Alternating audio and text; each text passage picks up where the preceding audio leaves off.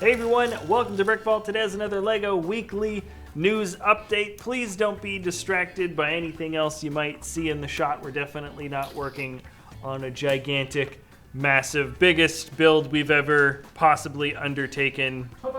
Definitely not doing that currently. No. Hasn't taken over the studio. Okay, no, it's a regular weekly news update. And before I jump into all the stories that happened, I just want to say, because we are going to be talking a lot about Star Wars this week, the trailer dropped, right? The trailer dropped for episode 9. Everybody's talking about it. If you haven't seen it, go watch it very quickly. The predictions for the sets that we think are going to come out, it's definitely going to be the TIE Interceptor, with the Special Forces one with the red. We're probably going to get a set maybe dedicated entirely to that desert chase scene, including the minifigs with the jetpacks, because I didn't even realize those were guys on jetpacks until like watching it for the third or fourth time, and I was like, wait a second, those aren't droids. Probably one of the new A-Wings. I think one of the new A-Wings is going to be a set. I think that would be cool if they could figure out a way to make it thinner than the other sets. What were you going to say? Another Falcon. Another Falcon? With Lando in it. Another Falcon with Lando. Let's talk about Death Star. Yeah, and that actually is a good one. Yeah, Mike thinks it could be like a Takodana set, but like a cutout of the inside. It'd be a super micro build, but it might be fun. Like it might be kind of fun with maybe a glowing red Palpatine ghost or something. Who knows? Anyways, those are just some general predictions on what we think the new Star Wars sets might be for Episode 9. We'd love to hear what you guys think about in the comment section below. And now we can get that out of the way. We can get into the regular news of the week. But first, what's the new build that we put up in the web store? Sorry about that, guys. That was my wife burping. Anyways, the build up in the web store this week is actually my brother's design. It is the Vulture droid. Comes in both the tan from the Trade Federation as well as the gray and blue color combo from the Separatists later down the line. It's strong. The model articulates, I think, just about as well as what you could see from within the Star Wars universe. And of course, it is built to a minifig scale. Our web store is www.brickvault.toys. And now jumping into the news, I might as well start off with all of the Star Wars things. Remember, last week was the 20th anniversary celebration. A little bit earlier, all the Star Wars 20th anniversary sets came out, but this week also the LEGO group produced a bunch of assets and old tidbits and bits of information from the last 20 years, and Alan Tran from the Brick Van, I think, put together a few really nice articles. It was kind of nice. You got to see some of the original product shots from the first sets that came out without any of the logistical information like what you saw from box shots. I found, I think, the prototype information the coolest, where they released super high resolution pictures of a lot of the original prototypes used to make helmets or different alien headpieces and stuff like that. If you check out the links in the description below, you'll be able to see it way higher resolution than something you'd see from a YouTube video. And then also a fun little noteworthy story from Star Wars Celebration. There was a Guinness Book of World Records for the largest LEGO display with Star Wars minifigures, that being 36,440 Stormtrooper minifigures to make up just one gigantic Stormtrooper helmet. It took 38 hours to complete with a team of 12 people, and it looks pretty good. Personally, I think a black backdrop would have been cooler with the white helmet. Who am I kidding? It looks pretty darn good.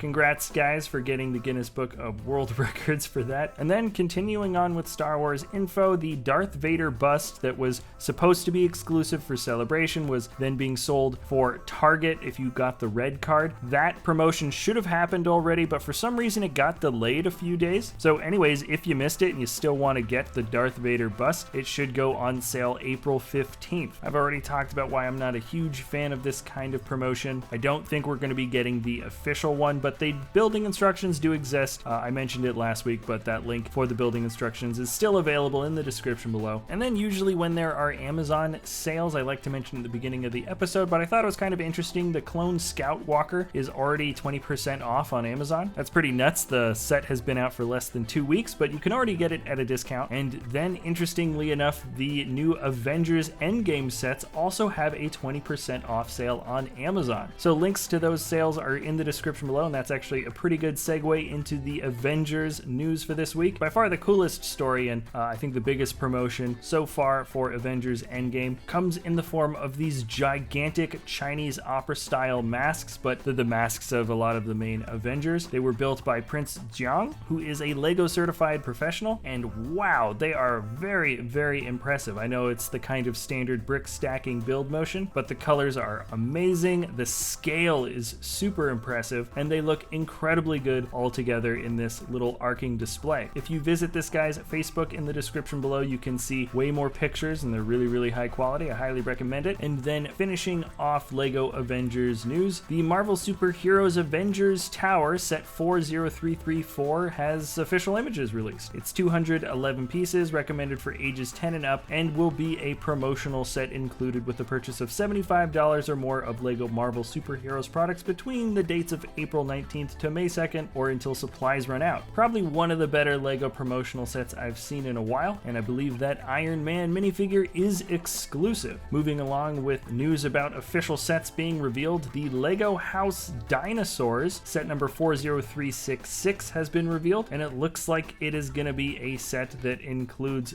3 different builds for T-Rexes. I think this is to mimic the much larger dinosaurs that exist as an actual display within the LEGO house. So this is just kind of a set that's a mini version of this much larger display, which is kind of cool. And personally, I think the builds are kind of fun. They remind me of something that might come from LEGO Creator, and personally I think the mechanical dinosaur is the coolest of them all. By the way, this is only going to be available at the LEGO store at LEGO House in Billund, so something tells me these are going to be pretty darn expensive on the second-hand market if this was a set that you wanted to actually get yourself. This week there was also a new Architecture set revealed. It's Trafalgar Square in Westminster in London. There's going to be a signing event at the Leicester Square LEGO store on April 27th starting at 11 a.m. So if you are a London local, it might be worth going there. The designer is going to be signing sets, and there is a limit of 2 sets and 2 signatures per person. Like just about all LEGO Architecture sets built at this nice little micro scale, there are a lot of fun details to notice, and personally I think these steps are the best part of it. I think those are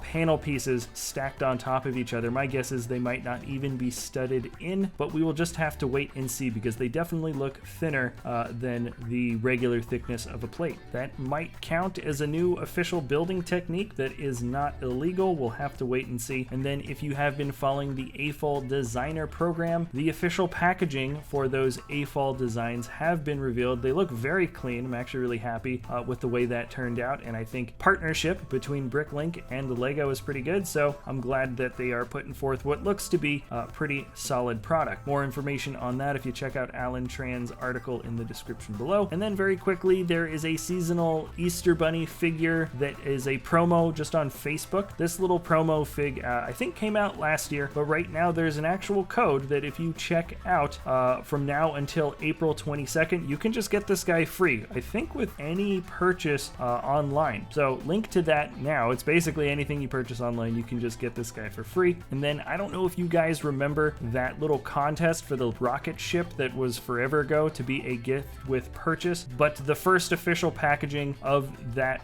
promotional set was found in Croatia, and this is what it looks like. I think it's a really clean little design. I can't remember the name of the builder who was accepted for this, but it looks great. More information on when that will be distributed in a larger variety later. And wow, that was a lot of stuff to get through. Let's finish off the end of the news episode with a LEGO Ideas set that got 10,000 votes of support. It is the Spacex BRF Starship and Super Heavy rocket built at a 1:110 scale. This isn't the first of Spacex sets to actually have gotten 10,000 votes of support already, so you can tell this is really popular. These rocket ships are very popular among the LEGO community, so I can't imagine either the one that was accepted before this, or perhaps this one being accepted in one of the next review rounds. The builder behind this particular project is Albinoland, and as far as I can tell, this rocket looks really accurate. I think they did a pretty darn good job on it, and personally, I hope to see one of these SpaceX rockets making